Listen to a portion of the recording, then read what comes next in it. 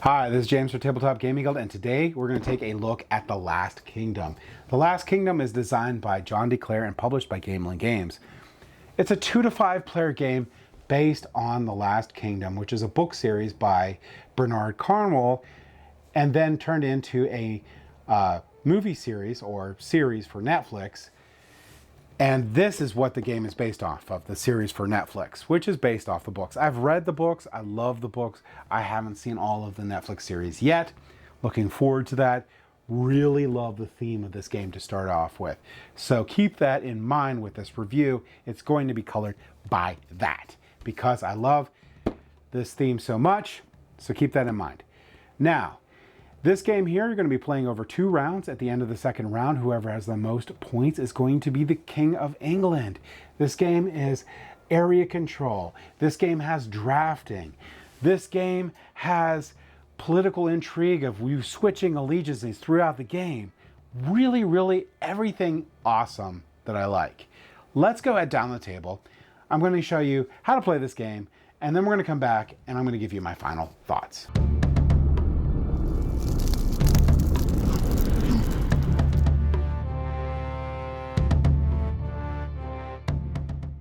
All right, so this is The Last Kingdom. In The Last Kingdom game, you will be taking on the role of a leader in this time of conflict. The game plays over 2 rounds.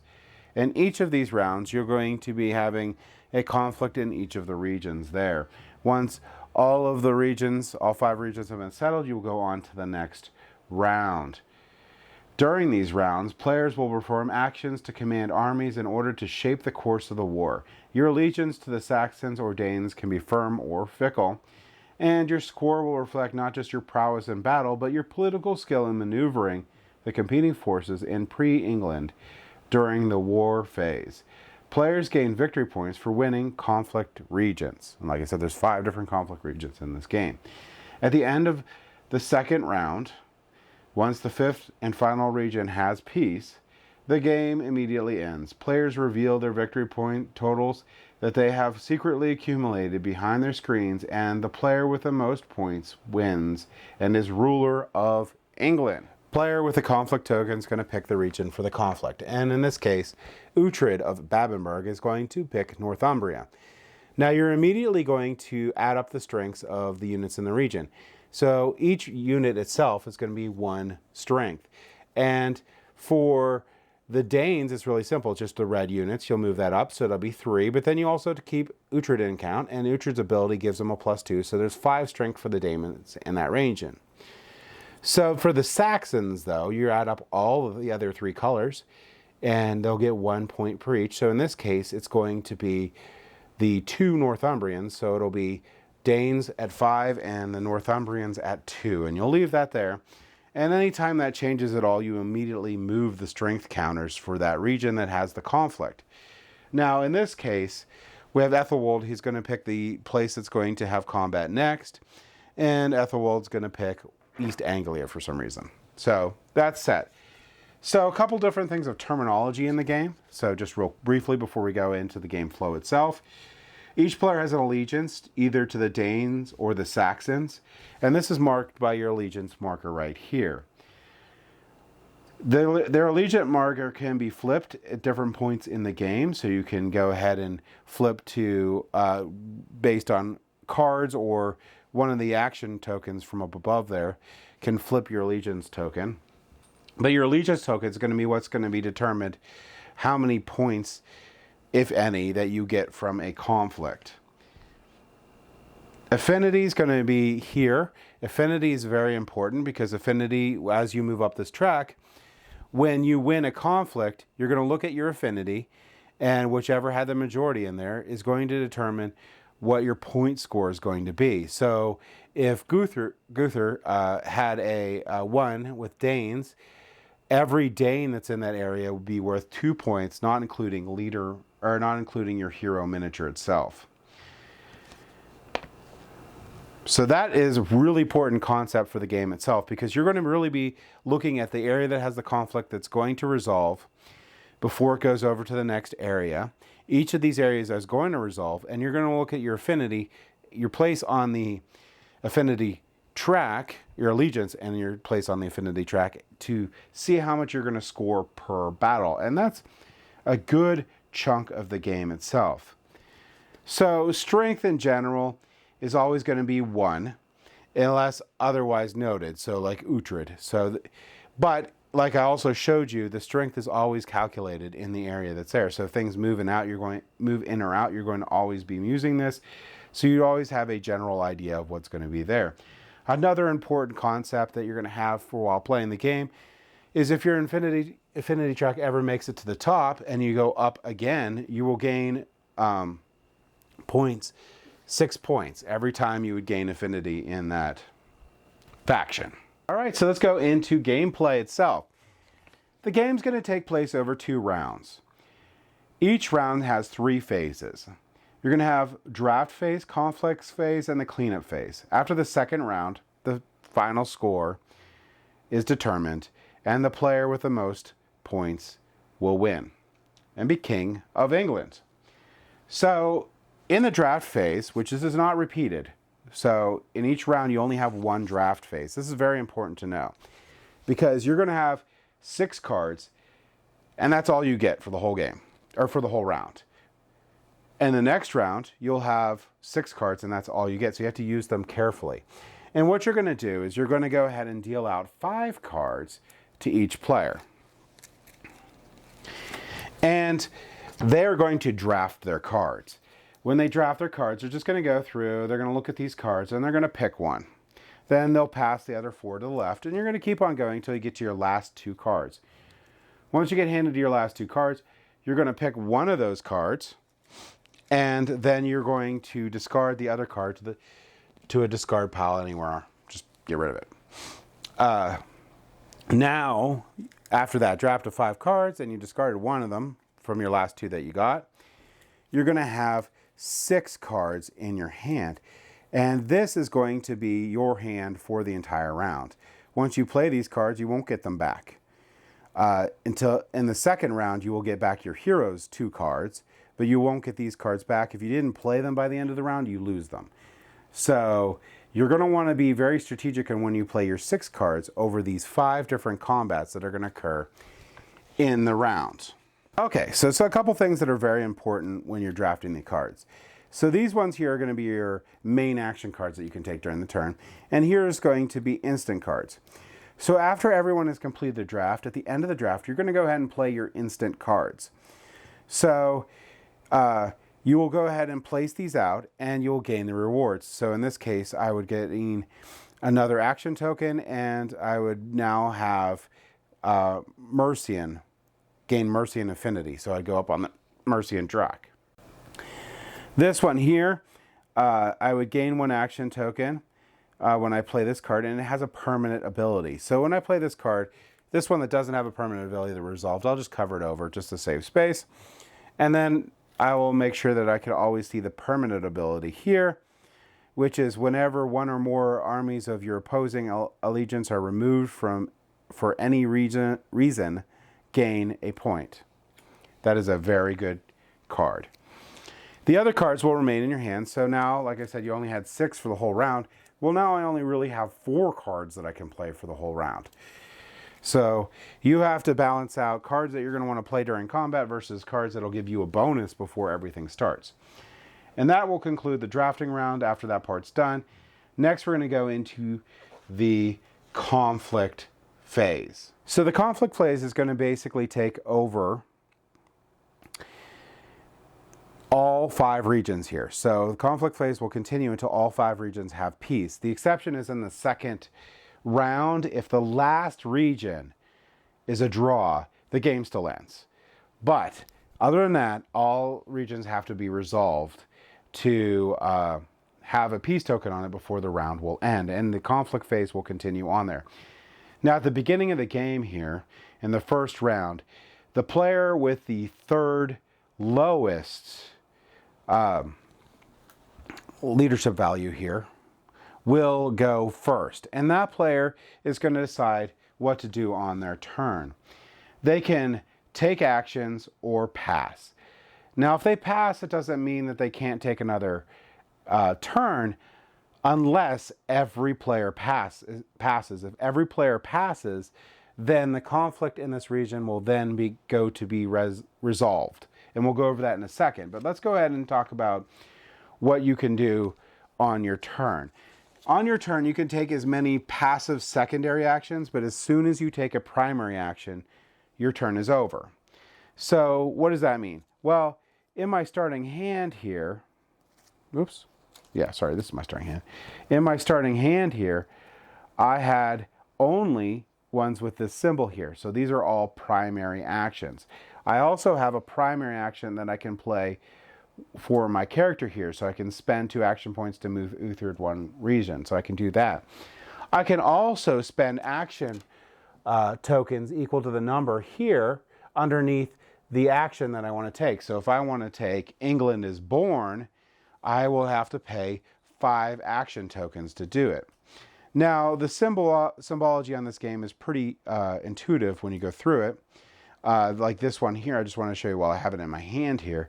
This one you'll place one Mercian, you'll place 1 West Saxon, and you'll place 1 Northumbrian in 3 different regions. That's why it says ABC. I'll go over a couple more of these mean throughout the game, but just know that's actually action. If you do your primary action, your turn ends. But you could do any number of secondary actions. Now, secondary actions, let me find one here. You might have gained one through drafting. And they have a little symbol like this. So if I take this secondary action here, I can play this, but then I can keep on going. Like this one here is Chaos. When I decide to take Chaos, I get a round 2 card, which is amazing and really cool. Card drawing in this game is not very frequent, so keep that in mind, because a card is a big deal in this game. So that's basically what you could do on your turn. You could take as many passive actions as you want, and then until you take a primary action. When you take a primary action, you will end your turn, and then it'll go to the next player. Now, like I said, you could pass, but there is a thing to do with passing where you can prepare for invasion. So if you pass and you prepare for invasion, so let's say I pass and I prepare for invasion, I want to do that, I get this miniature right here. Now, if I have this, I know that I said that if not everyone passes, you could take another turn. If you take this, you can't. You're out for that conflict until it's ready to be resolved. But you get some bonuses in that. One is you'll get to pick the next place to have the succession token placed, because at the end of the conflict, that conflict token will go to where the succession token is, and then that player will be able to pick the place that will have the next succession or next conflict after that one. You will also gain an action point for every place that has a peace token. So at the start of the first conflict, there's nothing with a peace token, but that's there. Now, if no one takes the prepare for invasion, and the last person to pass will get this, and they will be able to pick the next place for the succession token to go, but they won't get this bonus reward on the bottom. So that's an additional passing thing that can occur. One of the things I need to describe here too is going to be if you're going to be taking anything on this market action track. Now, this market action track has a cost here from lowest to highest here. So 3 action, 3 action, 4 action, 4 action, 5 action, 5 action, 6 action points. Anytime you purchase any one of these, you're going to pick it up, perform the action, shift this over, and place the action that you just did over here. Now, in this action track, there's several actions that aren't primary actions, so you can take those and keep on going with your turn.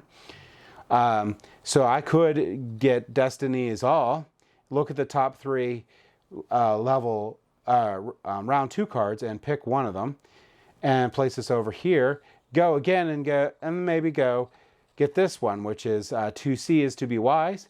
This one here will allow me to flip. This is one of the big ones here in the game that lets you flip your allegiance token over. And that is a primary action, so that will end my turn. But if I did that, I would place it over here, and I shuffle these down. So that is basically the actions you're going to be able to take on your turn. You're either going to do passive secondary actions, or you can do primary action. When you do a primary action, your turn's over. Keep going until everyone passes. And don't forget, you can also play cards for your action in here, but you don't have to play all your cards. You can hold on to them till the next conflict. So I just wanted to show a couple of these here. One here is Change of Heart. You can flip your allegiance token, and your allegiance token, and you get an affinity for Danes. This one here, you can add a Mercian next to a region where or move a Mercian next to a region where there's already a Mercian. So let's read this one out here. Add one Mercian army to a region that is adjacent to a region with a one Mercian army.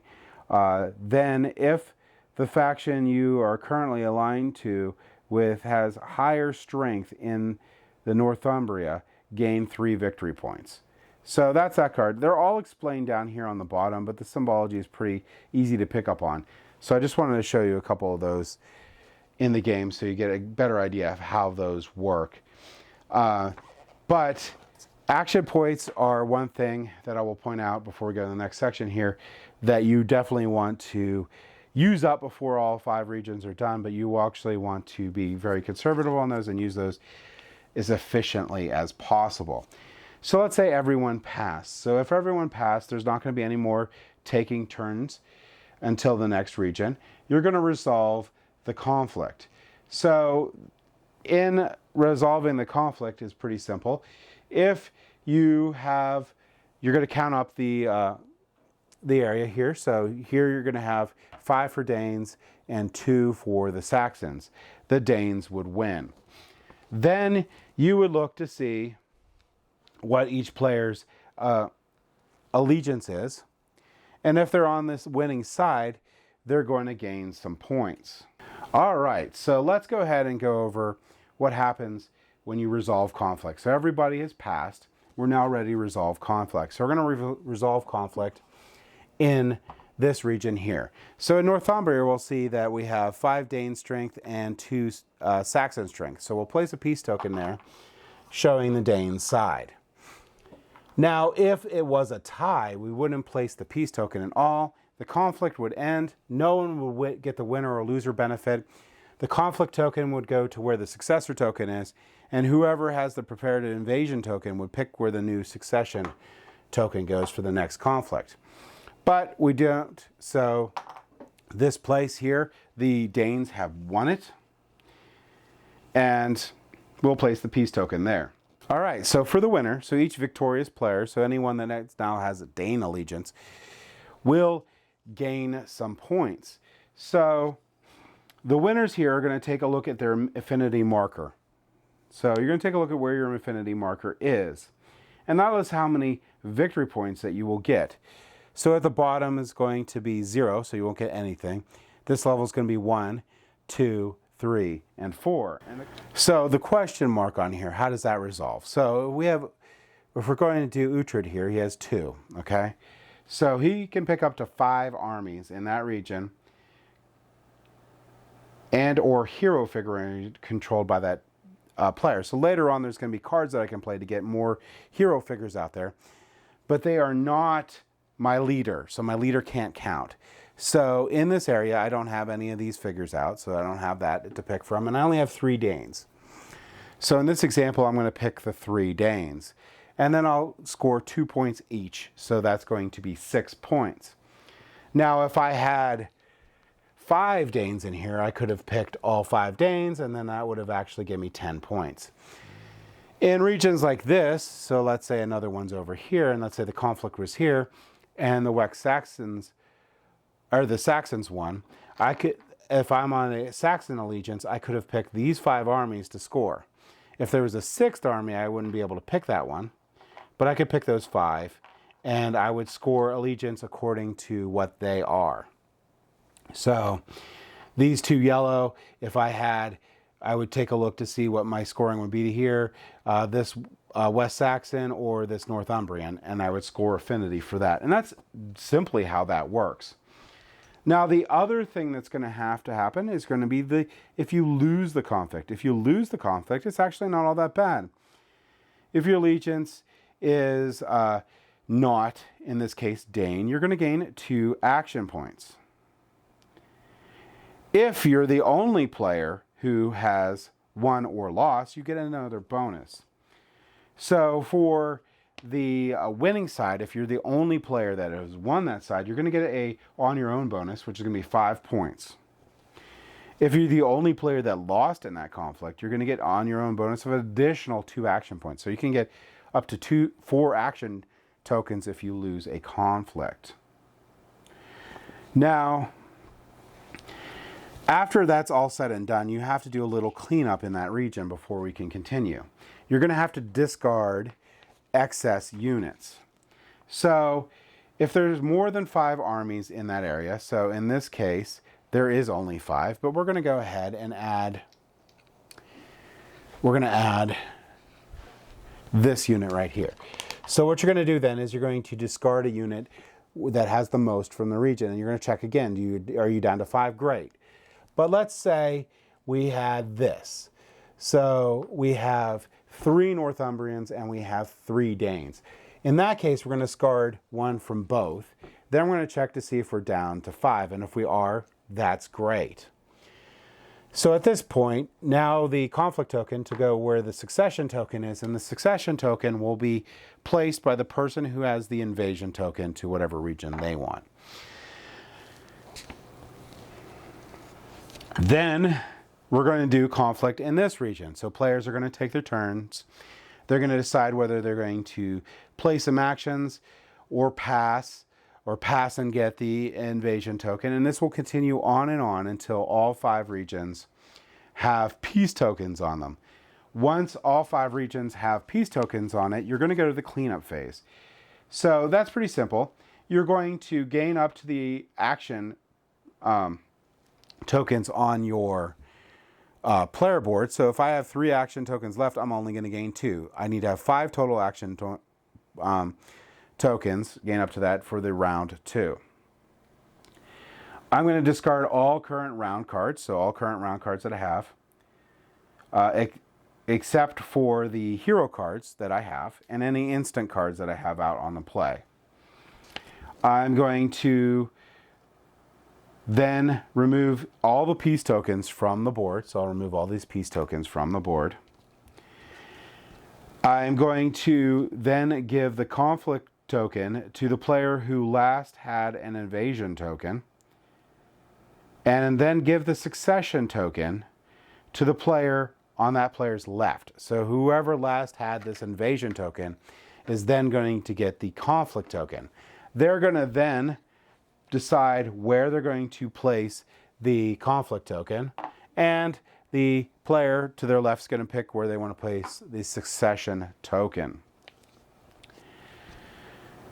And they're going to continue round 2. So round 2 will continue with players taking their turns, passing, resolving conflict, then going to the new conflict region, taking their turns when everyone passes, resolving that until all 5 regions have been resolved. Now in the second round, I will note again that if the final region ends in a tie, the game still ends. No one's going to get their points from that, but the game will end. So at the end of that, at the end of round 2, you're going to get into final scoring. You're just going to reveal how many point tokens you have behind your screen, and the person with the most points is going to win. All right, so now what do you do in case of a tie? Based on the peace tokens from the end of round 2, the player that's aligned to that faction with the most tokens will win. If the tie players are aligned to the same faction, then add their total affinity levels, and that player with the most wins. If they are still tied, the leader with the highest initiative number wins. Not the lowest, the highest will win. Okay, so that's how you play The Last Kingdom. 2 things I'll mention real quick. The action tokens have pretty neat iconography on them that is pretty easy to understand. But if you have any questions, they're laid out in the back of the book itself. You might for the first game, or you might just want to go over those. There's some gameplay examples if you have questions. And on the very back of the book, there's going to be a quick reference guide that basically tells you the iconography for the game, which is really good. Also, this player aid here is going to be really good also for while you're playing the game, and it'll tell you through the game flow itself. All right, so that was how to play The Last Kingdom. I hope you enjoyed. So I really, really, really, really love this game. Again, I love the theme. I love the gameplay too. However, good theme really helps towards loving a game. So keep that in mind. Although everything that I like in games is in this. I love the drafting. I love the area control. I love the political intrigue of switching allegiances in the middle of a battle just to gain your points. And it's just really, really cool. I love how each area's the conflict's resolved, and you need to basically manage your hand throughout that and your action points to make sure that you're just not throwing everything in one conflict to gain your points. You're thinking of the long-term goals for all the 5 different regions. Really cool strategy to this game. Really cool replayability to this game. There's 10 different leaders that you can have in this game. Also, pulling the leaders that weren't picked, so they're not leaders at the point, but pulling the heroes out of the deck and putting them on your side throughout the game is really cool too.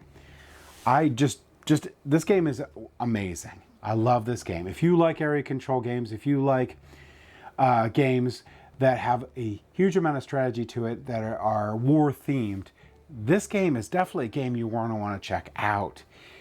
It just perfectly fits the theme too. It feels like the books. Again, I haven't seen the Netflix series, so I'm 99% positive it fits the Netflix series too. Really good, really amazing game. This game is going to probably end up in my top 10 games. We'll see. I do need to keep playing it throughout the year, and we'll see where it falls, but it's definitely going to be in my collection forever. I'm going to be getting this to the table a lot. I really, really love this game. This game is amazing. And that's my thoughts on The Last Kingdom board game. Thank you for watching.